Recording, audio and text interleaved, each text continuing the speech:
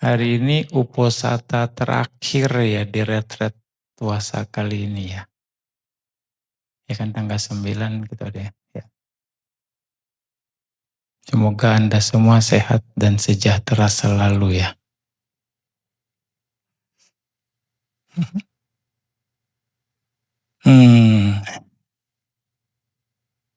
Gak kerasa ini minggu terakhir nih. 4 bulan kita di sini. Bergerak terus berjalan. Oke. Tadi Anda sudah memperkuat lagi sarana Anda, tisarana Anda terhadap Buddha, Dhamma, dan Sangha. Memperkuat lagi keyakinan Anda terhadap Buddha, Dhamma, dan Sangha. Ya, setiap uposatha kita melakukan itu.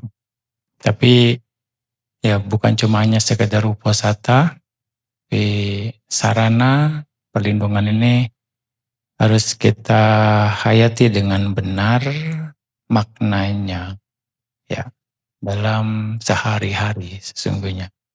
Jadi bukan cuma ya ritual atau seremonial saja. Kita memahami bagaimana di sarana ini kita bisa jadikan landasan dalam perbuatan baik kita, dalam tindak tanduk kita sehari-hari.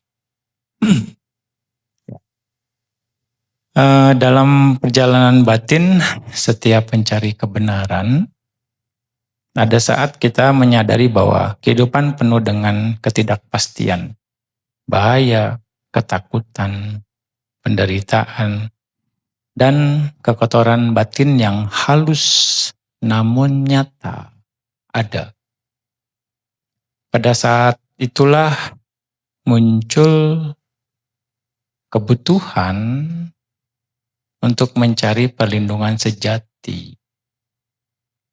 Ketika takut, kita perlu cari jawaban.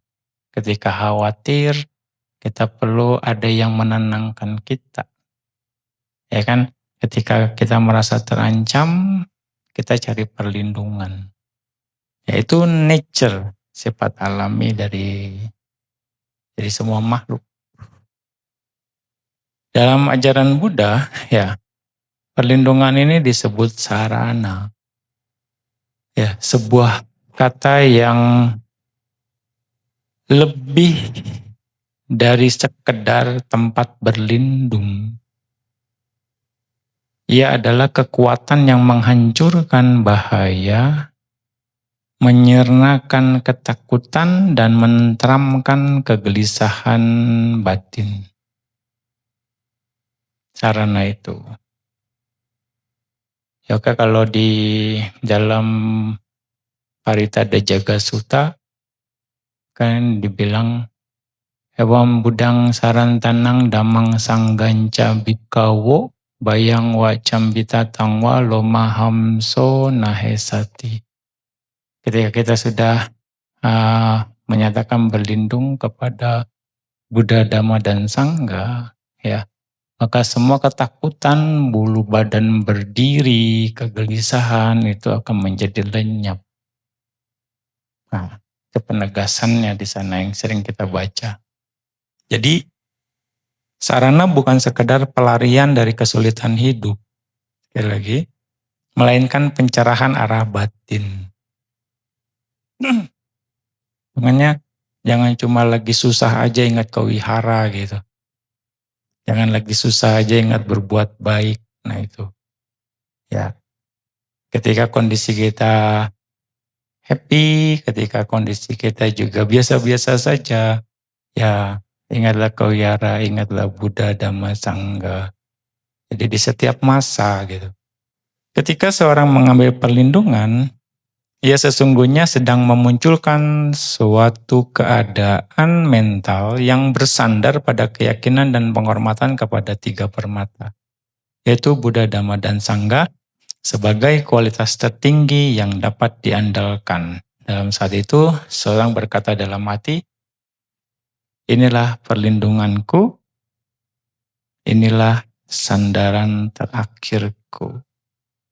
Ya, Buddha disebut perlindungan karena beliau menghancurkan ketakutan makhluk-makhluk dengan membimbing mereka menuju kesejahteraan sejati dan membebaskan dari bahaya. Dhamma disebut sebagai perlindungan karena ia bagaikan jembatan yang menyeberangkan kita melintasi belantara samsara menuju pantai kedamaian. Dan sangga adalah perlindungan karena di dalam komunitas para siswa mulia ini kita melihat contoh hidup tentang buah spiritual yang dapat dicapai bahkan dari tindakan kecil yang tulus. Inilah 3 permata yang menjadi pelita dan pelindungan yang saling menyinari. Ini makna dari ininya, pemahaman secara dasarnya. Jadi perlindungan sejati tidak terjadi hanya melalui ucapan. Aku berlindung kepada Buddha, Dhamma, dan Sangha. Ia tumbuh dalam hati yang telah mengalami kepercayaan mendalam. Bukan karena dogma, tapi karena pemahaman.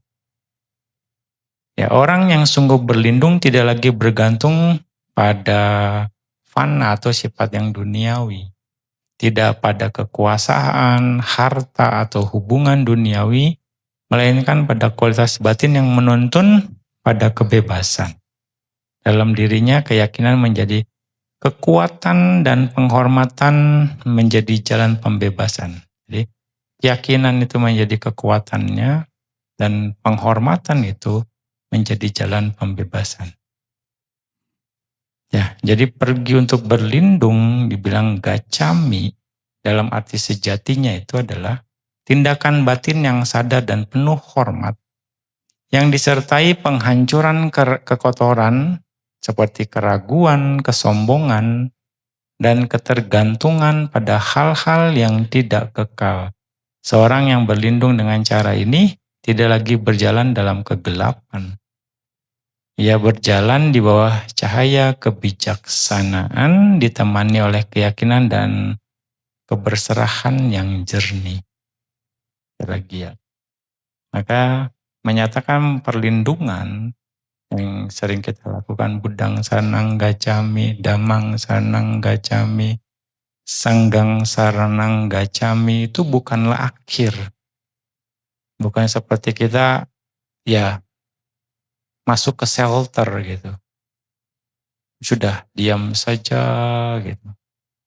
Ya, bukan akhir, tapi permulaan dari perjalanan spiritual. Permulaan dari perjalanan spiritual.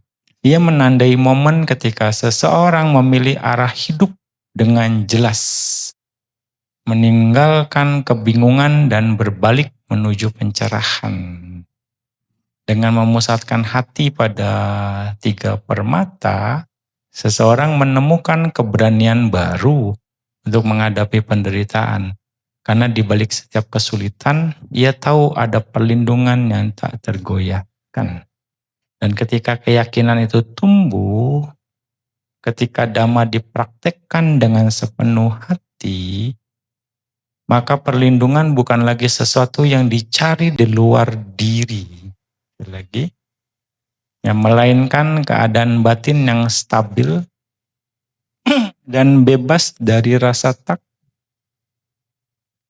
Inilah makna terdalam dari sarana.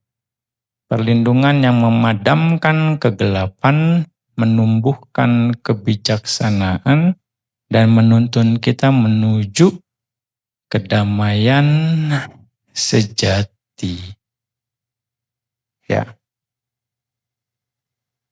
Tahapannya mungkin ya, dengan kita perlindungan ini, kita tahu Dhamma, kita akan diarahkan untuk mengerti diri sendiri.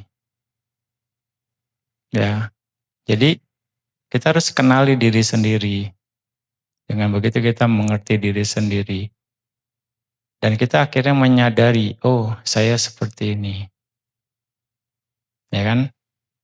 Nah setelah kita seperti ini, kita sadar bagaimana kita caranya melindungi diri sendiri. Dan kita tahu nih, kita sadar nih, kita seperti ini, kita ngerti nih, gimana caranya nih saya melindungi diri saya sendiri. Kalau saya seperti ini, ya mungkin saya tidak terlindungi. Mungkin saya akan menyakiti diri sendiri. Bagaimana caranya nih saya melindungi diri sendiri dengan mengerti diri sendiri. Ya, itu langkah awal. Makanya siapa yang sayang sama diri sendiri kalau bukan kita? Gimana caranya untuk sayang diri sendiri? Ya, lindungi diri sendiri dulu. Dengan apa? Dengan banyak berbuat baik, itu salah satu cara kita melindungi diri sendiri. Sebenarnya. Ya kan? Setelah menyadari diri sendiri, bagaimana kita melindungi diri sendiri? Setelah kita melindungi diri sendiri, bagaimana caranya kita meningkatkan diri sendiri, meningkatkan kualitas diri sendiri. Ya enggak?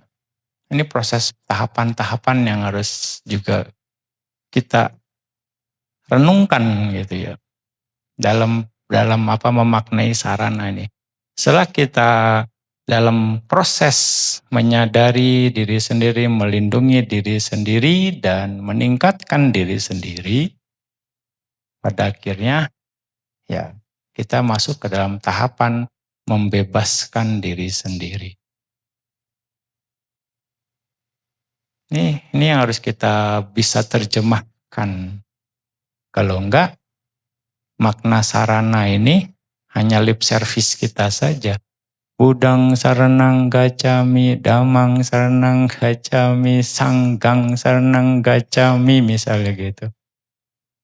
Sudah sebatas itu saja tanpa kita bisa memaknai itu semua. Ya, Buddha adalah contoh bagaimana satu makhluk bertransformasi mencapai pencerahan dan dia pun mengalami proses itu sendiri. Ya kan, di sana. Dia tahu bagaimana bertransformasi itu sendiri. Ya kan, sampai akhirnya ujungnya finalnya ya udah membebaskan diri sendiri. Dan akhirnya dari proses itu sendiri ya Buddha menemukan formulanya Dhamma ini. Ini loh Dhammanya, ini loh caranya, ini loh petanya. Gitu. Dan yang menjalankan adalah Sangha. Yang sekarang menerjemahkan Dhamma itu dalam praktek. Ya kan? Yang juga akhirnya mereka bisa membuktikan Dhamma itu sendiri.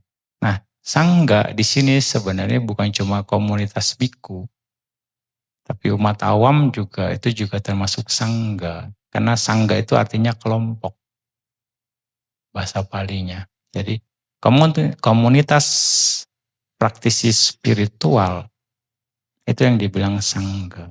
Nah itu terdiri ya dalamnya termasuk biku dan juga umat awam yang memang mempraktekkan spiritual itu sendiri. Nah, itulah tahapan-tahapan dari sarana yang harus kita bisa terjemahkan dengan baik ya, supaya kita bisa menghayati. Dengan begitu, sarana yang kita lakukan itu akan memberikan nilai tambah bagi kita. Kalau tidak, kita akan masih menunggu waktu untuk bisa mematangkan pemahaman itu. Sehingga ya ini akan membawa kita terus di samsara. Kalau kita tidak bisa meningkatkan nilai tambah itu, sekali lagi, ya kita nggak ngerti diri sendiri. Gimana kita mau ngerti orang lain gitu. Ya kan?